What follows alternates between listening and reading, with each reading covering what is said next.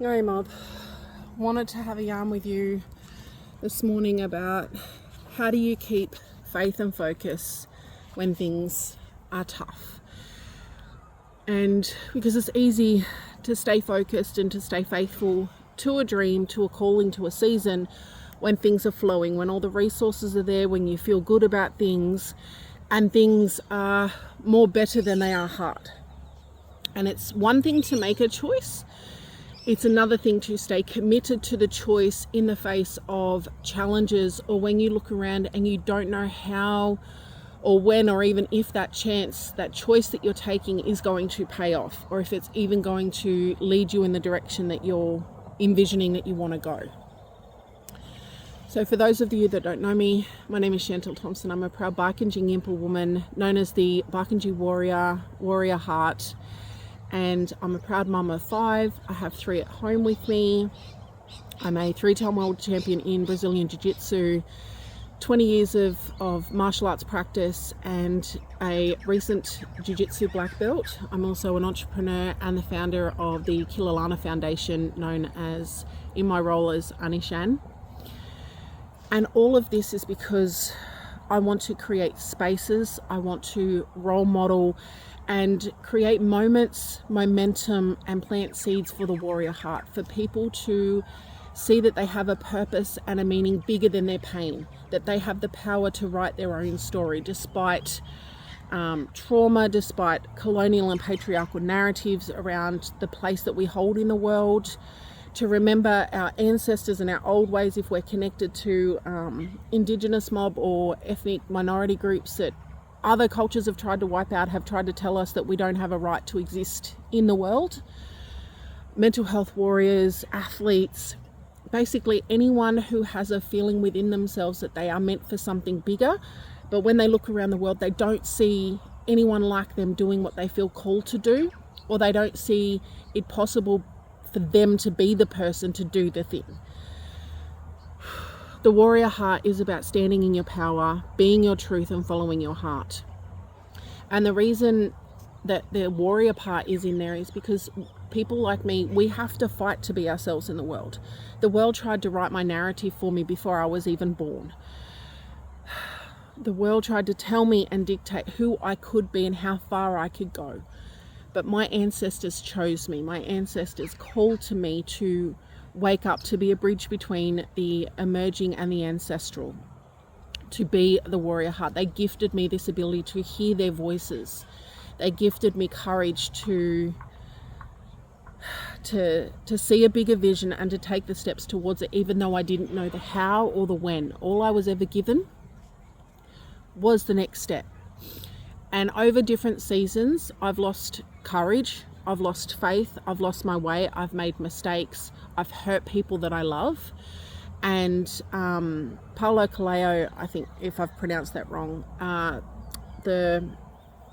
the author of The Warrior of Light, that's one of my favorite poems, is the reason we are warriors of light is because we've never given up hope of being or doing better.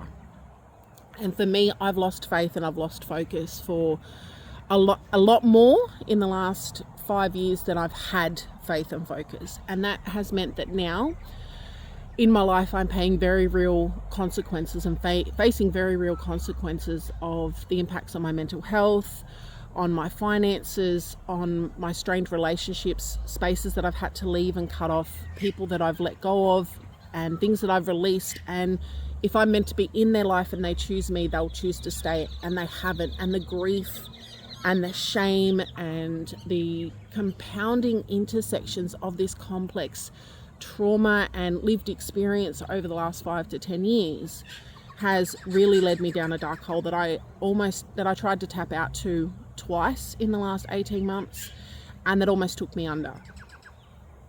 And yet today, this morning, I woke up in I could feel the same familiar struggle and swirling darkness and doubts of, how am I going to get out? I can't get out. Like, this is too hard.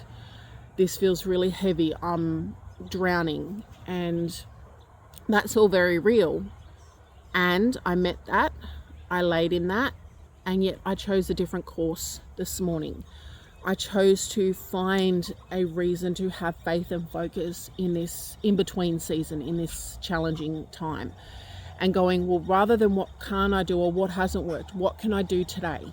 What can I commit to doing in this moment to stay focused on the bigger picture, to stay focused on what I can do rather than what I can't do, and to have faith in the bigger dreaming, and to rebuild trust with myself, to build trust in my ancestors and in my dreaming, because this is what I say, this is what I know, but now it's about time to be it and to do it, to act from that place of faith and focus.